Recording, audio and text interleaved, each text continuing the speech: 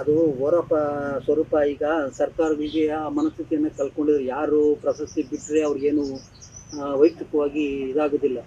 ನನ್ನ ಮನಸ್ಸಿಗೆ ಏನಾಗಿದೆ ಅಂದರೆ, ಸಾಕಷ್ಟು ಜನ ಈತ ಹೋರಾಟಗಳಿಗಾಗಿ, ಈ ಪ್ರಶಸ್ತಿಗಳಿಗಾಗಿ ಹೋರಾಟ ಮಾಡ್ತಾನೆ ಅನ್ನೋ ಒಂದು ಪರಿಭಾವನೆ ಇದೆ ಸಾಕಷ್ಟು ಜನರಲ್ಲಿ.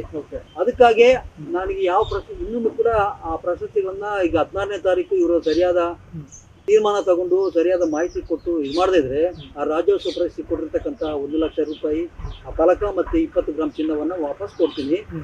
ಯಾಕಂದ್ರೆ ಸರ್ಕಾರ ಕೊಟ್ಟಿದ್ದ ಗೌರವ ಇದೆ. ಬಟ್ ನಾವು ಮಾಡಿದ ಆ ಹೋರಾಟಗಳಿಗೆ ಬೆಲೆ ಕೊಡದೆ, ನಮ್ಮ ಕನಸುಗಳಿಗೆ, ಬದುಕಿಗೆ ನೀವು ಆಶ್ರಯ ಕೊಡದೇ ಇದ್ರೆ ಆ ಪ್ರಶಸ್ತಿ ಇಟ್ಕೊಂಡು ಏನ್ ಮಾಡಬೇಕು?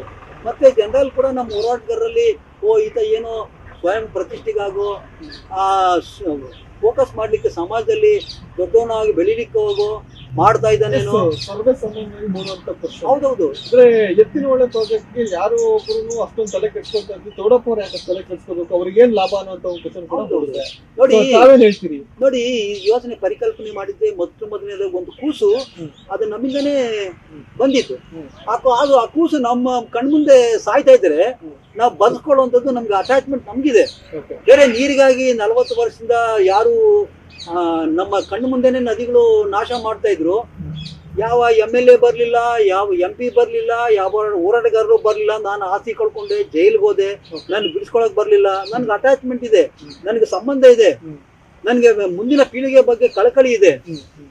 ನನಗೆ ಆ ಸಂಬಂಧ ಇರೋದ್ರು ಹೊಡೆತ ಬಿದ್ದು ದೈಹಿಕವಾಗಿ, ಮಾನಸಿಕವಾಗಿ ಅದ್ರ ಬಗ್ಗೆ ನನಗೆ ಅದು ಜಿದ್ದಿದೆ. ಹಾಗಾಗಿ ಬರ್ತಾ ಇದ್ದೇನಾಗ್ಲಿ. ಅದಕ್ಕಾಗಿ ಕೆಲವರ ಮನಸ್ಸಲ್ಲಿ ಏನಾದ್ರು ಪ್ರಶಸ್ತಿಗಾಗಿನೋ ಪ್ರಶಸ್ತಿಗಳಿಗಾಗಿ ಮಾಡ್ತಾನೋ ಅನ್ನೋ ಉದ್ದೇಶದಿಂದ ನನಗೆ ಯಾವ ಪ್ರಶಸ್ತಿಗಳು ಬೇಡ. ಇನ್ನು ಮುಂದೆ ಕೂಡ ನಾನು ಯಾವ ಪ್ರಶಸ್ತಿಗಳಿಗೂ ಯಾರಾದರೂ ಕೊಡ್ತೀವಿ ಅಂತ ಹೇಳೋದು ಕೂಡ ನಾನು ಸ್ವೀಕಾರ ಮಾಡೋದಿಲ್ಲ.